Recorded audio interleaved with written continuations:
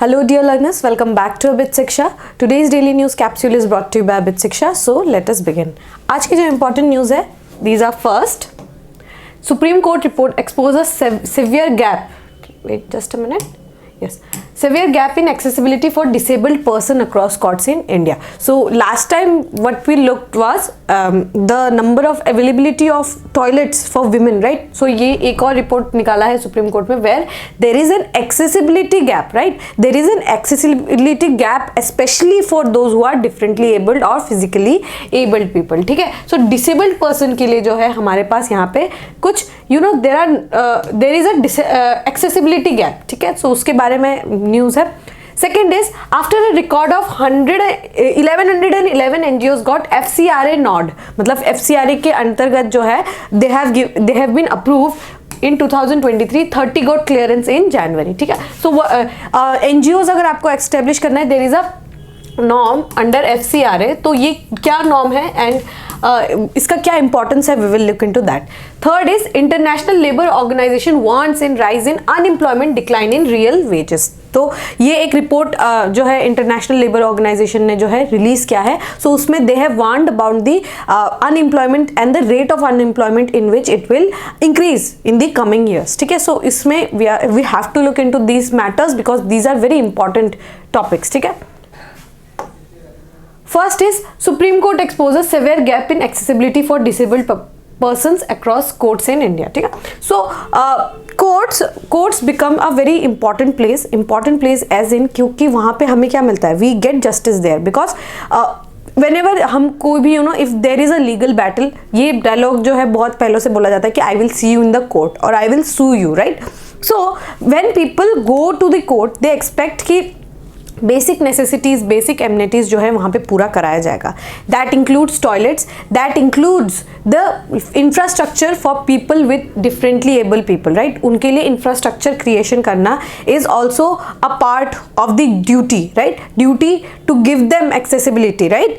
सो ये क्या है, यहाँ पे हमें देखने को मिला है कि डिस्ट्रिक्ट कोर्ट में especially in the district courts, because यही hierarchy है ना, पहले जो है हम district court में जाएंगे, फिर we will go into the high court, supreme court, like this is the hierarchy, right? So पहले approach जो है आप directly जो है supreme court का दरवाज़ा नहीं खटखटा के what we do is जो हमारे आसपास के नज़दीकी courts है वहाँ पे जाके we go and try to solve our problem, right? वहाँ पे district court complexes में we have seen कि there is no ramp. We all know कि wheelchairs से जब लोग जो है wheelchairs में जाते हैं they need ramps, right? उनके जो है ramps की बहुत ज़्यादा ज़रूरत होती है. There is inaccessibilities of ramps. Only 25.2% have wheelchairs and 5.1 have access to tactile paving, ठीक है? tactile paving आपने देखा होगा, जो रेड कलर के रेड एंड येलो कलर के जो टाइल्स टाइप जिसको आप बोलते हैं, जिसमें इंग्रेविंग्स रहता है. These are meant for specially जो मतलब जो ब्लाइंड पीपल होता है, जिनको विजन होता है, उनको समझने के लिए, because they use that stick और उसके बाद उनको समझ आता है कि दिस इज द पाथवे, ठीक है? सो उनके लिए जो है टैक्टाइल पेविंग जो है वो भी नहीं किया गया है. Only 5.1% people have the tactile paving assistance to the person with visual disabilities, ठीक है? in navigation in the court building, ठीक है? so जिनका visual disability होता है उनके लिए जो है tactile paving जो है बहुत important हो जाता है.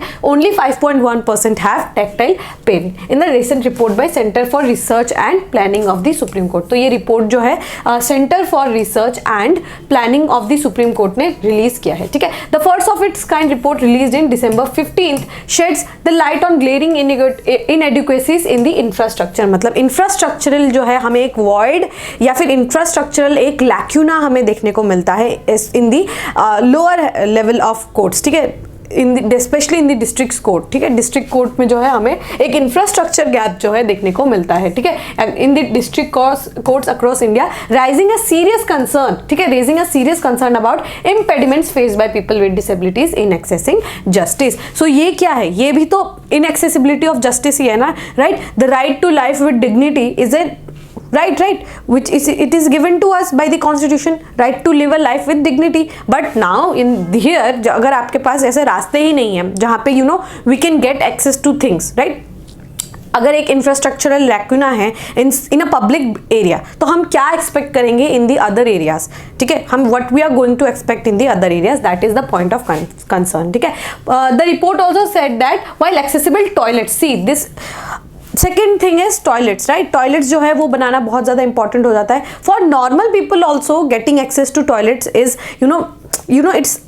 It becomes very it becomes very challenging, ठीक है, बहुत चैलेंजिंग होता है, specially for female it becomes specially challenging to get toilets, right, access to toilet. But उनके लिए सोचिए जो डिसेबल्ड है, जो दिव्यांगजन है, उनके लिए कितना ज़्यादा मुश्किल होता होगा। Only 30.4% of the court complexes have separate toilet for disabled people, ठीक है, डिसेबल फ्रेंडली टॉयलेट जो है बस 30.4% कोर्ट्स में ही है, ठीक है।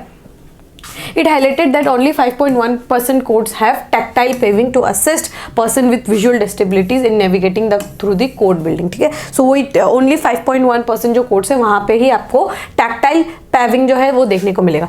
Inclusivity and accessibility to the justice can be ensured to person with visual impairment by giving them instructions that are accessible to the tactile or auditory senses, ठीक है। So अगर हमें ये justice उनको दिलाना है then we must look into things जो कि उनको थोड़ा ज़्यादा उनके लिए एक्सेसिबल हो, जैसे टैक्टाइल हो गया या फिर auditory senses, right. In a first the Supreme Court in September allowed a lawyer with hearing disabilities to argue virtually with the help of sign language interpreter, ठीक है।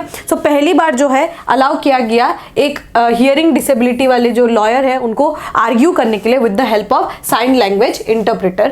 The Delhi High Court too last year engaged in services with sign language interpreter। So this ये क्या है, ये हमारे लिए positive science है, these are positive signs for us कि हम जो है पर्सन विद डिसेबिलिटीज को we are welcoming them, हम बोल रहे हैं कि आप प्रैक्टिस करिए आके। बट वही है कि परसेंटेज जो है वो बहुत कम है and it is I mean to say it's very negligible percentage जो हम ये स्टेप्स ले रहे हैं। This is positive step, but इसका जो हमें एप्लीकेशन है वो हमें पूरे कंट्री वाइज करना है ताकि इंक्लूसिव हो, सिस्टम विल गेट इंक्लूसिव जब हम इन सारे जो वल्नरेबल सेक्शंस है उनको जो है हम बुलाए और बोले यस यू हैव दी से, आप भी बोलिए आपको क्या बोलना है, आपको क्या दिक्कत है, वी विल मैनेज थिंग्स, ठीक है। जैसे यहाँ पे क्या है, साइन लैंग्वेज इंटरप्रेटर को लाके with the help of the sign language interpreter the lawyer was able to discuss and debate, right. So यहाँ पे क्या है इट बट ओनली जो है बहुत कम मात्रा में जो है हमें ये देखने को मिल रहा है and this is the glaring, ठीक है, ये बहुत ज़्यादा इंपॉर्टेंट है। ये यहाँ पे आपको देखना है कि जम्मू कश्मीर और लद्दाख में तो क्या है कि high court of Jammu and Kashmir and Ladakh 35 courts in the district judiciary of the 2 union territories are functioning on ad hoc arrangement in rented accommodation और अदरवाइज। मतलब यहाँ पे जो डिस्ट्रिक्ट कोर्ट्स है वो क्या है, रेंटेड अकोमोडेशन पे जो है वो उन्होंने टेम्परेरी तरीके से वहां पे सेटअप किया है। सोचिए एक कोर्ट है, डिस्ट्रिक्ट कोर्ट है, वो क्या है एक रेंटेड अपार्टमेंट पे या फिर रेंटेड एरिया पे जो है बनाया गया है फॉर टेम्परेरी पर्पस से। तो ये क्या दिखाता है कि बहुत ज्यादा इंफ्रास्ट्रक्चर जो है यहाँ पे गैप है, ठीक है, इंफ्रास्ट्रक्चरल जो है यहाँ पे हमें गैप देखने को मिलता है, ठीक है। और सोचिए जब है कि अगर एक प्राइवेट रेंटेड बिल्डिंग पे है तो यहाँ पे ना कोई आपका डेफिनेट स्ट्रक्चर है, ठीक है, डेफिनेट स्ट्रक्चर नहीं है तो वो क्यों बनाएंगे, लाइक टैक्टाइल पेविंग क्यों करेंगे फॉर डिसेबिलिटी, जब ये बिल्डिंग ही परमानेंट नहीं है तो हम यहाँ पे क्यों बनाएंगे, राइट। तो इसी वजह से भी क्या होता है, ये एक हमारे दिमाग में थॉट आता है कि ये बिल्डिंग ही टेम्परेरी है, जब हमें न्यू बिल्डिंग मिलेगा तो वहाँ पे हम बना देंगे। तो बट अभी तो उनके राइट्स डिनाई हो रहे हैं, यस और नो। एंड यहाँ पे क्या है, यहाँ पे चैलेंजेस बहुत ज़्यादा हो जाता है। एक तो नॉन अवेलेबिलिटीज और एनिमिटीज, जो भी नेसेसरी चीज़ें होते हैं लाइक वॉशरूम्स हो गए, आपके पेविंग्स हो गए, ठीक है, रैंप्स हो गए, ये सब तो अनअवेलेबल रहता है। और क्या है, एक सिक्योर वर्क एनवायरनमेंट भी नहीं होता है। इसकी वजह से क्या होता है, इनकन्वीनियंस बहुत ज़्यादा हो जाता है, ठीक है। वाइल या क्या है, प्रोविजंस जो है, अब जो न्यू बिल्डिंग्स बन रहे हैं, जो भी न्यू बिल्डिंग्स बन रहे हैं, इधर इट भी डिस्ट्रिक्ट कोर्ट और हाई कोर्ट या फिर सुप्रीम कोर्ट, जो भी जो अगर not supreme court but district courts या फिर हाई कोर्ट्स या फिर कोई भी न्यू बिल्डिंग बन रहा है इन दी कोर्ट प्रेमाइसेस, तो वहाँ पे आपको ये नॉर्म्स जो है फॉलो करना होगा, specially for people with disabilities, ठीक है। और लेकिन ये टफ हो जाता है कि जितने पुराने बिल्डिंग्स है वहाँ पे ऑल्टरेशन कराना थोड़ा ज़्यादा टफ हो जाता है। तो ये यही क्रक्स है यहाँ का कि there is a need for regular inspection by agencies concerned with like public works department PWD का in coordination with district judges to explore modification that can be made in the existing court buildings, ठीक है। So हमें क्या जरूरत है, regular inspection, regular checking का, ताकि वो जो है जस्टिस जो है उनके उनके पास पहुंचे एंड वो जो बिल्डिंग्स है वो उनके लिए एक्सेसिबल हो जाए। आई होप आपको ये टॉपिक समझ आया होगा। टॉपिक काफ़ी इंटरेस्टिंग है और देख सकते हैं यहाँ पे वेरियस न्यूमरस कॉन्स्ट्रेंट्स है, specially with people with disabilities, जो दिव्यांगजन है उनके लिए काफ़ी ज़्यादा जो है यहाँ पे एक्सेसिबिलिटी का इशू है एंड इंफ्रास्ट्रक्चर लैक्यूना है, इंफ्रास्ट्रक्चर गैप। ठीक है, एक इंफ्रास्ट्रक्चर गैप जो है हमें देखने को मिलता है। ठीक है, we can move on to the next news. The next news is after a record 1111 NGOs got FCRA nod in 2023, 30 gets clearance in January. ठीक है, सो ये क्या है, एक एक ताइवान से हेडक्वार्टर्ड बुद्धिस्ट मोनास्ट्री है, वो क्या है एक एनजीओ चलाते हैं दिल्ली में। ठीक है, उनको क्या दिया गया है, उनको उसका नाम क्या है, फो गुआंग शान cultural and educational centre. This is an NGO. ठीक है, ये क्या करते हैं, जो भी बुद्धिज्म को जो स्प्रेड कराना चाहते हैं उसको क्या, वो इसके लिए जो है उन्होंने दिल्ली में एक एनजीओ बनाया। ठीक है, उसका नाम क्या है, फो गुआंग शान कल्चरल एंड एजुकेशनल सेंटर। अभी उनको क्या मिला, एफसीआरए रजिस्ट्रेशन जो है का जो है थप्पा उनको मिल गया, अप्रूवल उनको मिल गया। आपको अगर एनजीओ अप्लाई करना, अगर आपको एनजीओ कोई भी आपको बनाना है या फिर अप्लाई करना है, you must have to registered with FCRA norms. ठीक है, एफसीआरए नॉर्म्स जो है आपको उसको रजिस्टर करवाना ही करवाना होगा। ठीक है, सो ये क्या है, ये जो हमारा एफसीआरए जो है, registration under FCRA is mandatory to receive foreign donation. अगर आपको फॉरेन डोनेशन चाहिए, ठीक है, तो आपको मैंडेटरीली इसके अंदर आपको रजिस्टर कराना होगा, एफसीआरए के अंदर रजिस्टर करवाना होगा। ठीक है, सो ये क्या है, एफसीआरए का फुल फॉर्म क्या है, फॉरेन कंट्रीब्यूशन रेगुलेशन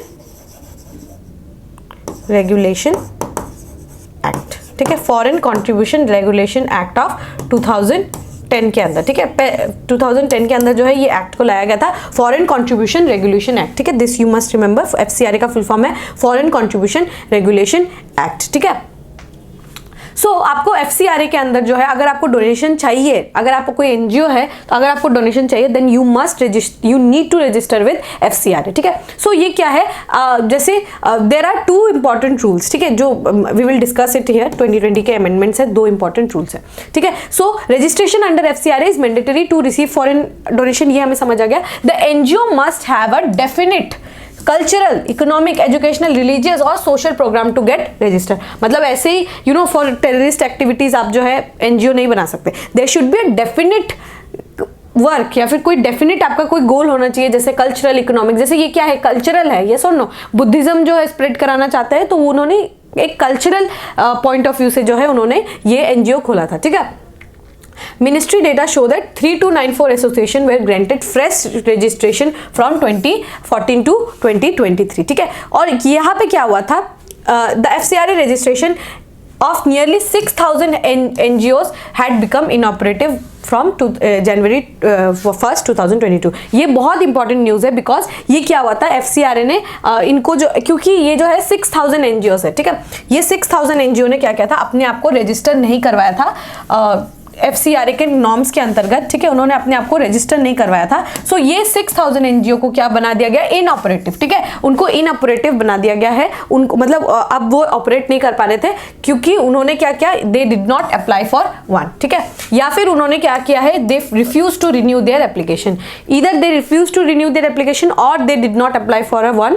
मतलब अगर उन्होंने कभी भी अप्लाई किया ही नहीं तो उनको भी इनऑपरेटिव बना दिया गया, और अगर उन्होंने रिफ्यूज भी कर दिया तो भी उनको इनऑपरेटिव बना दिया गया था। ठीक है, ये देखिए 6,000 एनजीओस को 2022 में जो है बंद कर दिया गया था। बट अब क्या है, 1111 जो है हमारे एनजीओ से, उनको जो है अब क्या है, एनजीओ का दर्जा मिला गया है, because they have followed the norms of FCRA. ठीक है, फॉरेन कंट्रीब्यूशन रेगुलेशन एक्ट का जो है उन्होंने जो है नॉर्म्स को फॉलो किया, इसीलिए उनको जो है अलाउ किया गया है। ठीक है, अगर आपको भी एनजीओ अगर खोलना है then you must have to follow the FCRA norms. ठीक है, अभी आप रजिस्ट्रेशन कैसे करेंगे, व्हाट आर द नॉर्म्स, ठीक है। एफसीआरए के अंदर कैसे रजिस्टर करेंगे, registration under FCRA is essential for receiving foreign donation. अगर आपको फॉरेन डोनेशन चाहिए then you need to register under the FCRA, ठीक है। इट्स ग्रांटेड टू इंडिविजुअल और association engaged with various areas of work including cultural, economic,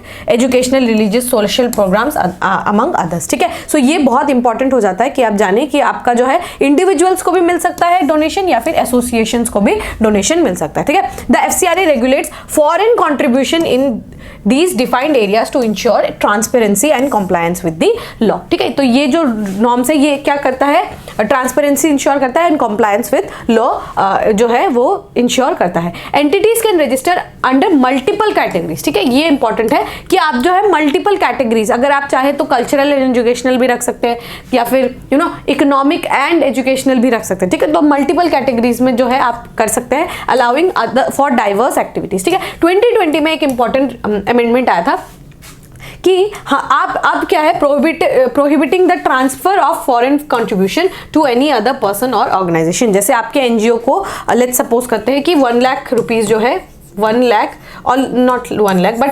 $10,000 जो है, $10,000 जो है ये आपके एनजीओ को आया। Now you can not give your money, जो भी आपको पैसा मिला है ये आप दूसरे किसी इंडिविजुअल को या फिर दूसरे किसी एसोसिएशन को भेज नहीं सकते, ये आप नहीं कर सकते, ठीक है। आप अगर आपके एनजीओ में पैसा आया है $10,000 देन ये पैसा आप अपने एनजीओ में ही रखेंगे, किसी इंसान को आप ट्रांसफर नहीं कर सकेंगे। पहले यही होता था कि पैसे तो आ जाते थे, डोनेशन के नाम पे पैसे तो आ जाते थे, बाद में वो क्या करता था, कोई एक इंडिविजुअल जो है उसको चलाता था, ठीक है, फॉर वेरियस अदर एक्टिविटीज, ठीक है। और ये जो है टेररिज्म के लिए भी यूज किया जाता था या फिर एक्सट्रीमिज्म के लिए भी यूज किया जाता था, ये जो टैक्टिक है। सो ये इसको रोकने के लिए अब इन्होंने 2020 में अमेंडमेंट किया एफसीआरए में, और ये रूल लाया कि आप अपने किसी भी इंडिविजुअल या फिर कोई भी ऑर्गेनाइजेशन को पैसे नहीं दे सकते, पैसे आ सकते बट आप किसी को नहीं भेज सकते, ठीक है।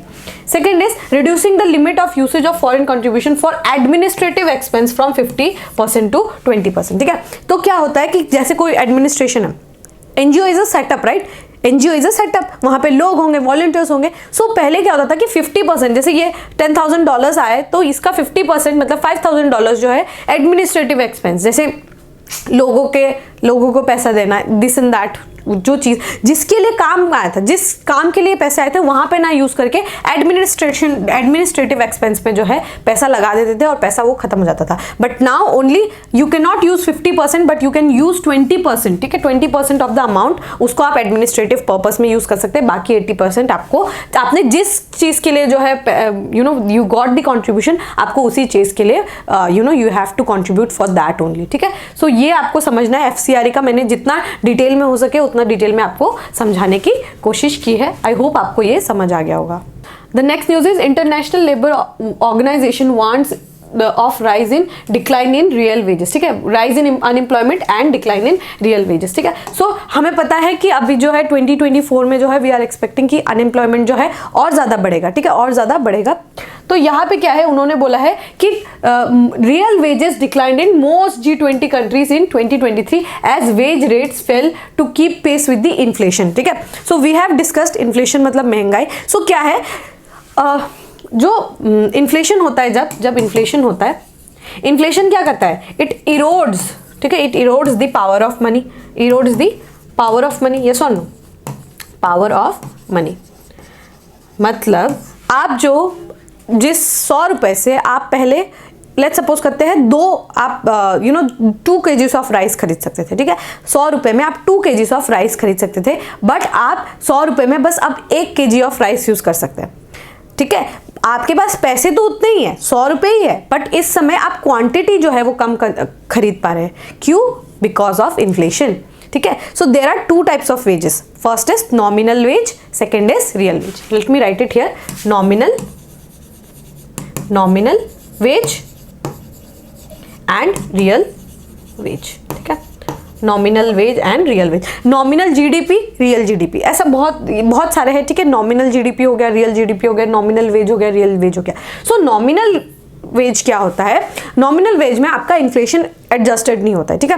सो इन्फ्लेशन अगर आप एडजस्ट नहीं करेंगे तो उसको हम बोलेंगे नॉमिनल वेज, ठीक है। लेकिन जहां पे आपने इन्फ्लेशन को एडजस्ट कर दिया, ठीक है, इन्फ्लेशन को एडजस्ट कर दिया, तो वहां पे आपको क्या बोलेंगे, आप उसको बोलेंगे रियल वेज, ठीक है। रियल वेज ये होता है हमारा परचेजिंग पावर, ये हमें रियली डिफाइन करता है, ठीक है। लेट्स से एक इंसान है, उसका सैलरी है 10,000 रुपीज, पहले वो 10,000 रुपीज में कितना खर्च करता होगा, अब कितना करता है, उसका डिफरेंस जो है वो हमें इन्फ्लेशन दिखाता है। पहले शायद मे बी 3% इन्फ्लेशन था तो वो ज्यादा चीजें खरीद सकता था, ठीक है, ज्यादा चीजें वो खरीद सकता था, बट अब जो है इन्फ्लेशन 5 to 6% है, सो वो 10,000 उसका सैलरी तो नहीं बढ़ा बट इन्फ्लेशन तो बढ़ गया, राइट, इन्फ्लेशन तो बढ़ गया, इन्फ्लेशन तो बढ़ा है, right. Every year we can see कि इन्फ्लेशन जो है राइज हो रहा है, यस और नो। तभी हम बेस प्राइस से उसको कंपेयर करते हैं। बेस प्राइस क्या बताया था मैंने आप लोगों को, 2011-2012 का जो है हमारा बेस प्राइस रहता है, उससे हम कंपेयर करते हैं to the current prices, yes और नो। सो ये क्या है कि हमें देखने को मिलता है कि सैलरी उतना ही रह गया है, सैलरी उतना ही रह गया है, बस उसमें जो है रियल वेज, उनका जो असली वेज है that is adjusted with the inflation, वो बहुत ज्यादा जो है कम है, और अब जो है एक्सपेंसेस बढ़ गए हैं, ठीक है, एक्सपेंसेस बढ़ गया है due to this factor that is the inflation. I hope आपको नॉमिनल और रियल वेज का जो है कॉन्सेप्ट समझ आ गया होगा, ठीक है। Pushing 1 million workers to extreme poverty, ठीक है, 1 million जो वर्कर्स है उनको एक्सट्रीम पॉवर्टी में जो है उसने धकेल दिया है, ठीक है। The global unemployment rate is set to increase in 2024, ठीक है। अनएम्प्लॉयमेंट रेट जो है वो इंक्रीज होने वाला है by 2024, while growing social inequalities remain a concern। social inequalities भी जो है कंसर्न रहता है। we all know, we all see, we all face social inequalities, yes or no। जो richer gets richer, poorer gets poorer, so वो जो gap है वो भी काफी ज्यादा अब वाइड होने वाला है। In fact not only in a country but countries, जो दूसरे कंट्रीज, मतलब within the countries also, within the country we can see social inequality, लेकिन वो गैप जो है वो वाइड होगा between the rich country and the poor country also, so we will see a very widening gap, ठीक है।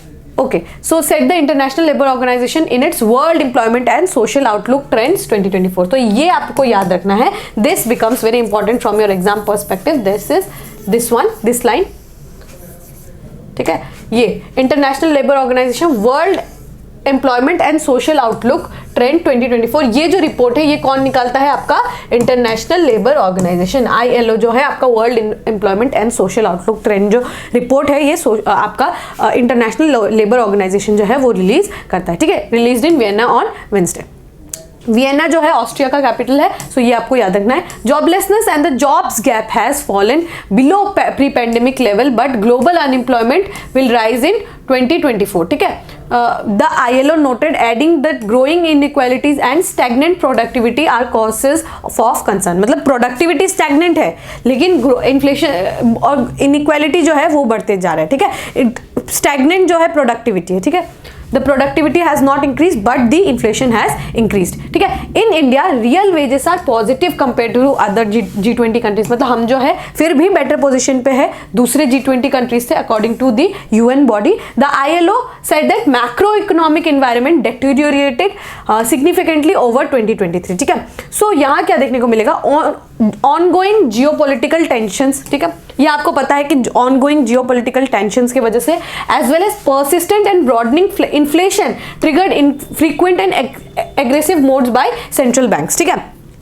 कैसे, अब इन्फ्लेशन क्या है हमें पता है, रशिया यूक्रेन वॉर हुआ तो क्या हुआ, फर्टिलाइजर्स का प्राइस रेज हो गया, यस और नो। सो अब क्या करते हैं, यहाँ पे क्या है, हम जैसे आपको मालूम होगा कि सेंट्रल बैंक्स क्या करते हैं, जैसे कि सेंट्रल बैंक्स के एग्जांपल जैसे हमारा RBI है, ठीक है। RBI क्या करता है, अब इन्फ्लेशन को कंट्रोल करने का काम किसका है, RBI का है, यस और नो। अब क्या करेंगे, RBI जो है कुछ मैक्रो इकोनॉमिक स्टैंसेस लेंगे, जैसे CRR को बढ़ा देना, ठीक है, और SLR को बढ़ा देना, ठीक है। सो ये सब स्टैंड जो है ये काफी एग्रेसिवली जो है अब लिया जा रहा है। स्पेशली वी कैन सी कि जो है फेडरल बैंक जो है आपका यूएस का जो सेंट्रल बैंक है, ठीक है, यूएसए का जो सेंट्रल बैंक है वो काफी ज्यादा उन्होंने जो है उनमें देखा गया है काफी एग्रेसिव स्टैंस जो है उन्होंने लिया है आफ्टर दी पेंडेमिक, ठीक है। इसको एक नेक्स्ट किसी क्लास में मैं आपको समझाऊंगी। इस फिनोमिना को बोला जाता है टेपर टेंट्रम, ठीक है।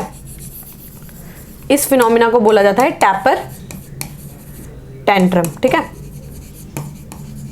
Taper tantrum. ये जब यूएस के जो बैंक्स है, सेंट्रल बैंक है, जब वो इस तरीके के प्राइस हाइक, रेट जो है लो डाउन करते हैं तो उसको हम बोलते हैं टेपर टेंट्रम, ठीक है। जब आप इकोनॉमिक्स पढ़ेंगे, जब आप इकोनॉमिक्स के थ्योरीज पढ़ेंगे तब आपको ये कॉन्सेप्ट जरूर मिलेगा, that is the concept of taper tantrum. जब आप इन्फ्लेशन पढ़ेंगे तभी आपको ये मिलेगा, ठीक है। सो यहाँ पे हमें देखने को मिला है कि जो टेपर टेंट्रम है, मतलब ये क्या करते हैं, जब रेट्स को जब है बहुत हाई कर देते हैं, देन बहुत लो कर देते हैं, देन बहुत हाई कर देते हैं। तो कभी कभी जो है बहुत चीप मनी जो है ये प्रिंट करते हैं, बहुत कम दाम में जो है लोगों को पैसे देते हैं, ठीक है, जो है लोन्स प्रोवाइड करते हैं, एंड देन अचानक से प्राइस जो है उसको राइज भी कर देते हैं, तो उसी को टेपर टेंट्रम बोला जाता है, ठीक है। सो ये देखने को मिला है, इसकी वजह से जो है वर्ल्ड में बहुत ज्यादा जगह जो है शॉक हमें देखने को मिल रहा है। स्पेशली जो है सिलिकॉन वैली में भी आपने देखा होगा बहुत सारे बैंक्स जो है वो भी डूबने लगे हैं, ये सुनो। सो ये सब हमें देखने को मिलेगा, और उसकी वजह से भी क्या करेगा, यहाँ पे क्या देखने को मिलेगा हमें कि बहुत ज्यादा glaring inequalities and rise in inflation, ठीक है।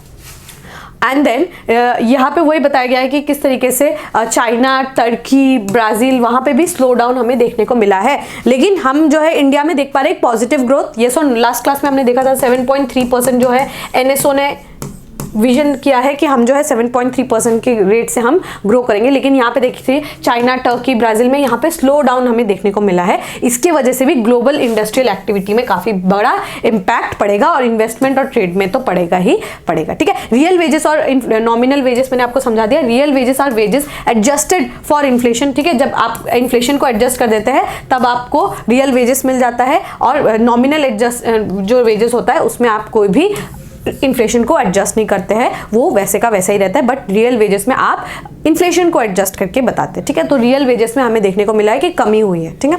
सो यस, ये जितना मतलब मैं समझा पाती थी इस छोटे से कैप्सूल में, I try to make you understand, ठीक है। आई होप आपको ये समझ आ गया होगा। आपको ये याद रखना है कि ये जो रिपोर्ट है, वर्ल्ड एम्प्लॉयमेंट रिपोर्ट जो है, ये कौन निकालता है, ILO। This becomes very important, ठीक है। एम्प्लॉयमेंट के रिगार्डिंग कोई भी रिपोर्ट होगा तो वो लेबर ऑर्गेनाइजेशन ही रिलीज करेगा, ठीक है। सो इसके ये आप लोगों को याद रखना है। Alright, with this we have come to end of today's daily news discussion. If you have liked this discussion, don't forget to give a like and write down in the comment section. We will meet in the next section. Till then, take care and thank you.